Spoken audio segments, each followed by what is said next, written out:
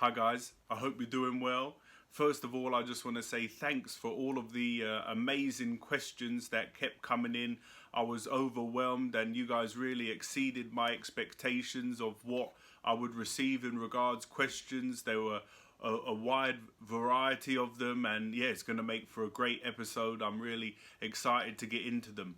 What I've done, I've put timestamps to all of the questions in the description so that if you want to jump straight to your question, you can, or if you want to have a browse over all the different questions and just watch the ones you're interested in, that's fine with me.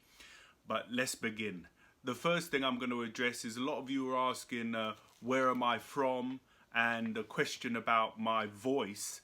And Chen Yun asked specifically, how does your voice sound so like unreal, like a cartoon voice? No offense, none taken, Chen. So first of all, I grew up in a place called Harrow, which is just outside of London, northwest London.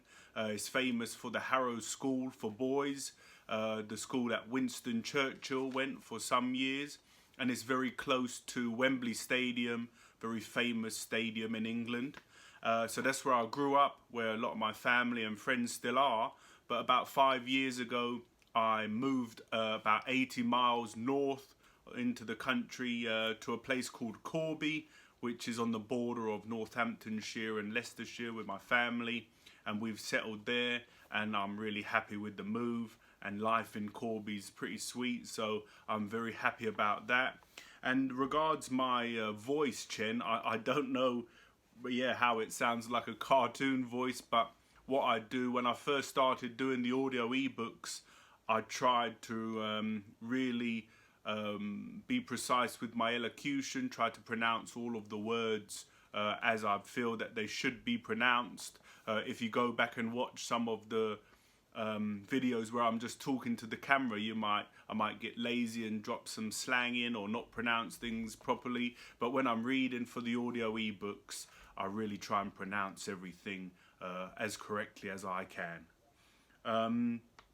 The next question, Chris Langeveld. I hope I pronounced that right. I was wondering, Lewis, do you read the book in one go, and any editing? So I only wish I could do it all in one go, Chris. It's quite a long process, so I'll just explain quickly what I do. The first thing I do is screen grab all of the text and put those in a file. Then I create the thumbnail and the initial opening title sequence of whatever book might be. And then what I do, I just sit with my MacBook and I just read the book as the MacBook is recording. So normally, however long the book might be, how long it takes, you double it and then add an hour, because I have to read the whole book through, and then I go through and edit, sync up the text to my speech, the narration, and obviously edit out any mistakes. And I do make several mistakes. If I can go for a 2 or 3 minute run reading without any mistakes, that's a pretty good run for me. And it can be quite annoying at times if I'm a little bit tired and I have to go over the same thing, sometimes 2, 3, and the 4th time I sometimes get a little bit impatient when I have to say the same thing over and over. But it's just part of the process, and sometimes I get in a flow and I can go for a good spell without making a mistake. But no, within each book there's several mistakes and a lot of editing. But yeah, that's a great question. So Peace Love asks, what do some of your tattoos mean? I have a few myself. I do have regrets about 2 of mine. Do you regret any of yours? So when I was young, I was fascinated by tattoos as a boy. And I think it was like my first experience of art, you know, when you're on the beach and there's topless men and women with tattoos.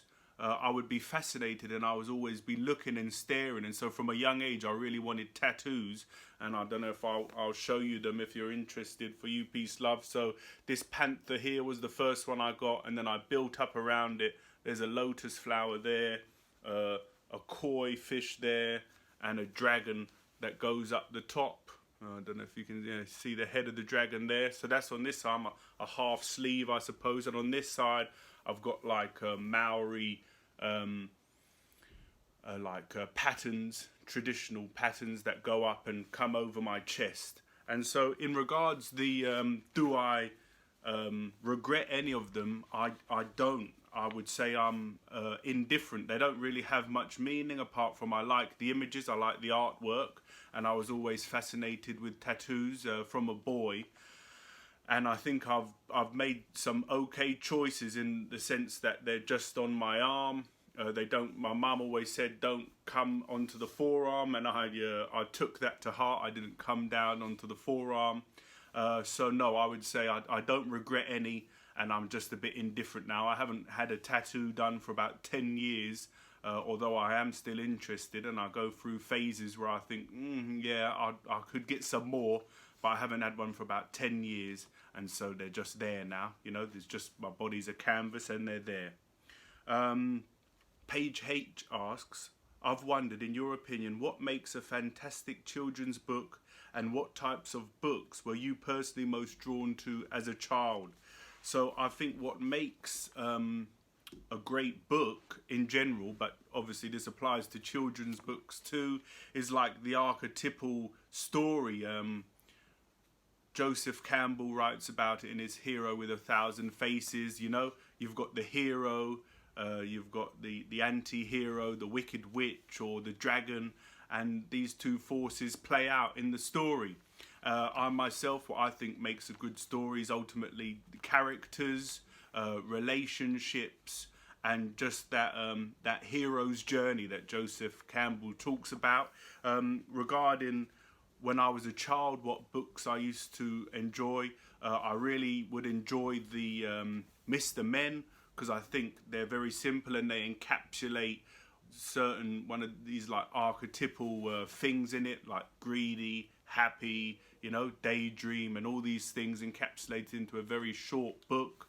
I also used to love the Winnie the Pooh stories by A.A. Milne, which I hope to bring to the channel at some point, because I think A.A. Milne really caught that, you know, the archetypal nature of certain personality types with, let's say, Piglet, who was a bit anxious, Eeyore was always melancholic and depressed, Winnie the Pooh, like the wise, optimistic one, and Tigger, over the top, you know, enthusiasm. So I was really drawn to Winnie the Pooh when I was a boy, and also I used to really enjoy all of the traditional fairy tales, if you like.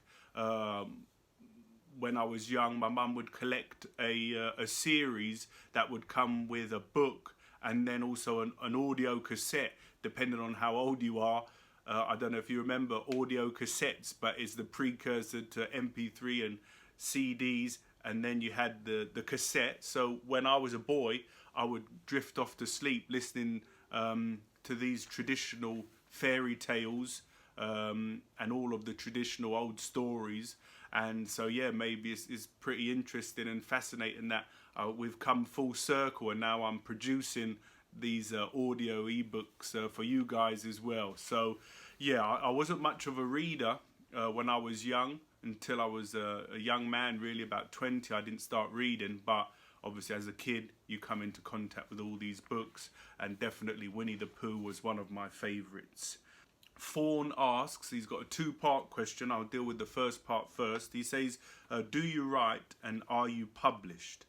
And so I would say I'm not published in the traditional sense, in regards I haven't had a book published or any papers published, but in the new modern sense of being published, I suppose I can say I am. I've got 3 separate websites. One is a blog, and it's called Fragments of Fragments .wordpress.com. I'll put the link in the description if you want to go and read some of my old stuff. And ultimately that's what this channel, the YouTube channel, grew out of that.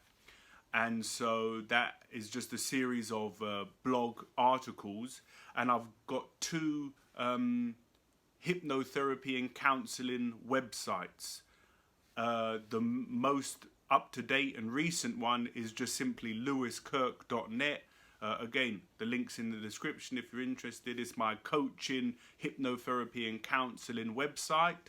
And then my older website is harmoniousdevelopment.wordpress.com, and that has several articles about hypnotherapy and counseling topics. So I have done some writing, and I would like to write a book later on. I've started a few times, but it's quite an endeavor. You have to be pretty dedicated and disciplined, and I haven't got to that stage yet. So that's a great question. I have written some stuff, and it's on the internet if you want to go and look at it. So yeah, good question. The second part of Fawn's question is, who is your favorite author? And there were several of you wanted to know that. Melvin Santosh also asks, who is your favorite author? And Sarah Elizabeth as well wanted to know. She asked, who are your top favorite authors and what country are you from? I answered the second part at the beginning. So Sarah gives me 3.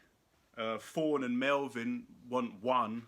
I'm not going to be able to give you 1, I'm afraid, because I love books so much. So I'm going to be able to narrow it down to 6, I think, at this present moment. My 6 favourite authors, again, and this is just the very slim skim on the top of all the books that I love. But, I mean, I couldn't pick 1, so I'm not going to be able to do 1. And I'll narrow it down to 6. The first one I'll have to say is Plato. Purely because of, again, like how old the writing is and how much he's influenced the Western world and all of philosophy and a lot of authors. So Plato, for his breadth and depth in his writing. If I had to take, a couple of books to a desert island, the complete works of Plato would definitely be one of those books. The next 2 come like as a couplet.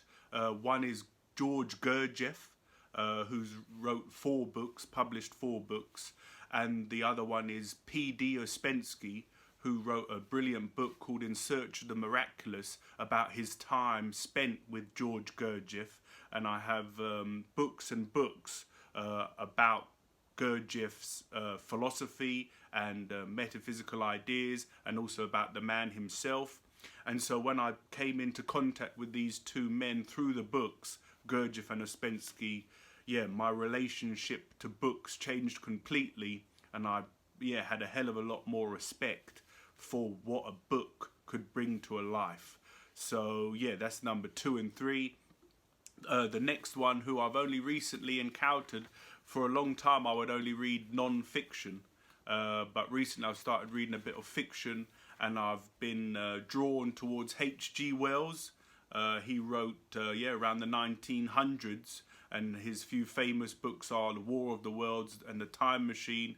I just think he's an amazing writer, and to be writing about these things in that time, to be so forward thinking, it's amazing. So H.G. Wells.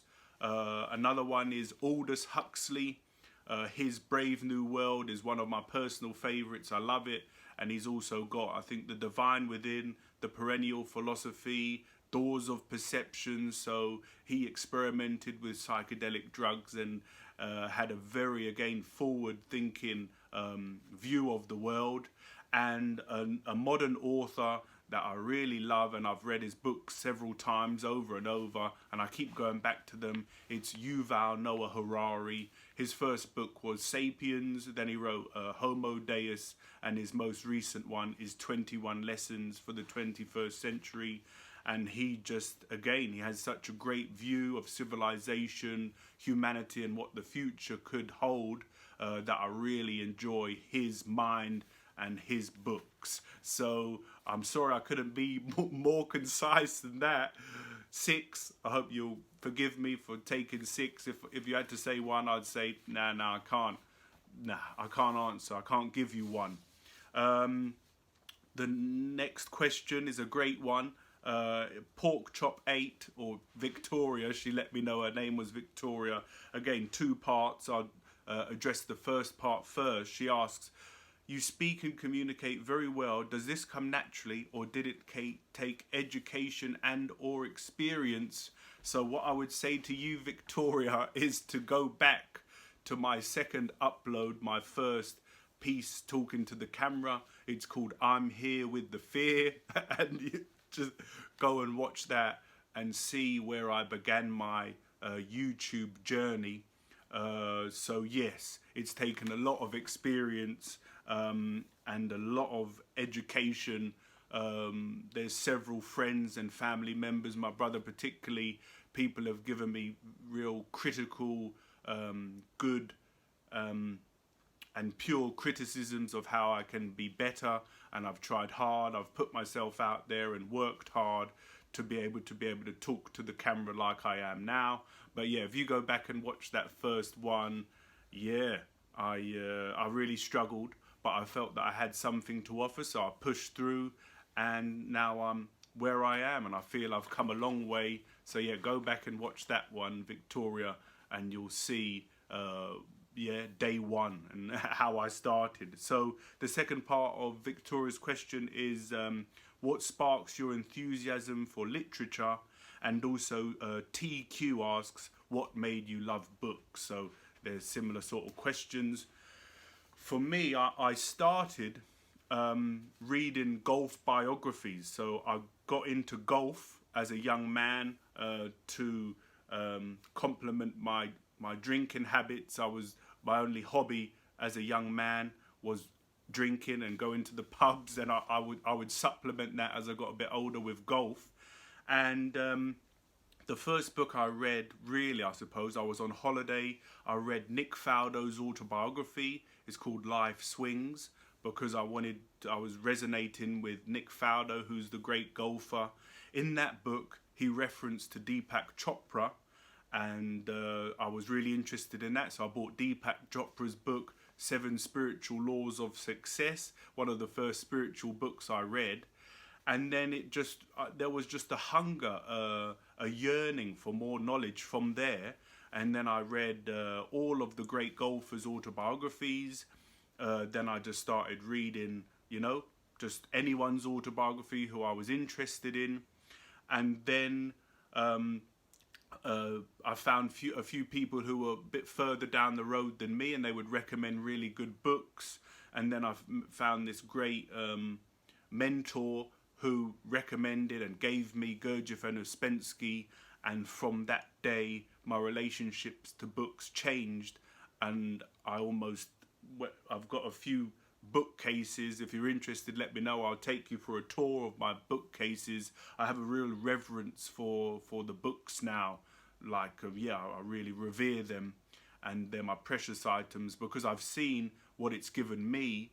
And in a way, that's why I started the channel, because I felt I've gained so much from the books that in a way I can give something back to you all if you're interested, because of what I've gained from the books. So I just saw, Graham Hancock talks about the library angels, that if you're thinking about something and need something and you're reading a lot of books, quite often it will come up and it will give you a reference, and then you can go to another book. So yeah, I wasn't very interested as a young man, but when I started reading the biographies, and I just love them now. I'm always reading something. So yeah, I hope that deals with that question. Mary Kenny asks, you've read quite a lot of philosophy and politics. You've seen, as we all have, the social, environmental and health benefits of the global economic slowdown. What do you think of negative growth as a path towards human happiness? And is there a market system that would be healthier for all denizens of the planet? Now, Mary, that is a great question. And on YouTube comments, I had to just clarify with Mary just so I could talk to her point directly. And I think what Mary was asking is, what's going on with the current pandemic? It's forced everyone to slow down, and so is this the negative growth a path towards human happiness? I'm not sure I'm qualified to talk about the global and economic scale, but I can speak from my own experience and my experience as a coach and counsellor, that yes, to slow down is a really important thing that we can do. And I mean, for all the people in the world who have a regular meditation practice, that's ultimately what you're doing. You're slowing down, ultimately stopping trying to bring the mind some calm and peace and calm it down. But yes, I think a lot of people have had to take stock in this time of what's important for them, their life priorities, if you like, and it's been enforced. So some people haven't felt very comfortable with it. Others have really welcomed it and benefited greatly from it. And so I think, I'm not sure about negative growth as a philosophy, but I think as individuals, we have an element of choice that we can make every moment, every day. Gurdjieff says that today is like it is because yesterday was like it was. And he was very much focused on the now, the present moment. If you want to do it, you do it now. Otherwise, tomorrow, mañana, it never comes. It will be today again, and then you'll be putting it off. So I think that we have to look within and find our own, way of living, whether that's slow or fast and achieving, or ultimately I think some balance is the ideal. Aristotle talks about, the golden mean, that you need the balance, and that's where, the peace and harmony lie. Not too lazy, not too overexerted, find that balance. And then, I think that's where happiness lies. And regards the market system, I'm not sure I'm qualified for that. And I think it's very difficult to make systemic change, and we should really be focusing on our own selves, our households and family. And if we can affect those things, then that's a really great start. The final question, I saved it till last. This could be a whole episode in itself. If you're interested, Zachary Taylor or anyone else, let me know and I can talk more expansively on this. Zachary Taylor asks, what draws you to Platonic, Neoplatonic philosophy? Are you planning more Plato readings in the future? Zachary, I am planning more Plato readings. I hope to bring the Timaeus and Critias to the channel very soon. And regarding what draws me to Platonic and Neoplatonic philosophy, when I was young and reading a lot and found Gurdjieff and Ouspensky, I would also read a lot of the Eastern spiritual texts. I would read the Bhagavad Gita, the Dhammapada, Autobiography of a Yogi, The Life of Milarepa, and I would read all of these Eastern spiritual, philosophical and religious texts. And it wasn't until later that I found a teacher of a meditative and philosophic school who has changed my life. Just like the books, it's like this man was a physical manifestation of knowledge and wisdom, and he's helped me to come to where I am in this life. And he showed me that the West has its own very rich spiritual philosophical tradition in the form of Platonism and Neoplatonism, and drawing back to Pythagoras, to Homer, to Hesiod and to Orpheus. And so when I realized this, that we don't have to go to the East to find a real rich spiritual tradition, we have one in our Western culture, that really helped me to see how valuable the Platonic dialogues are. Also, Plotinus's Enneads was one of the first books we studied, and my teacher emphasized the Alcibiades as one of the primary Platonic dialogues that we should read, because it's all about ignorance, understanding how little we know and how we're so ignorant. And oftentimes he talks about double ignorance, so we don't even know that we don't know, which is a fascinating argument that he has with the Alcibiades. And then you see through the history of Platonic and Neoplatonic tradition that they all just built upon and expanded upon Plato's dialogues. So you have Proclus, Porphyry, Iamblichus, Plotinus, and it's just so rich and vast that I've just grown to love it. And I shared the Platonic dialogues, I think there's 13 now, more for my own study, you know, that I can just watch it on my phone or my laptop and really take it in, you know, do 5 or 10 minutes at a time and really take it in deep, because you can't really read Plato like you would like a novel, like a Aldous Huxley or a H.G. Wells novel.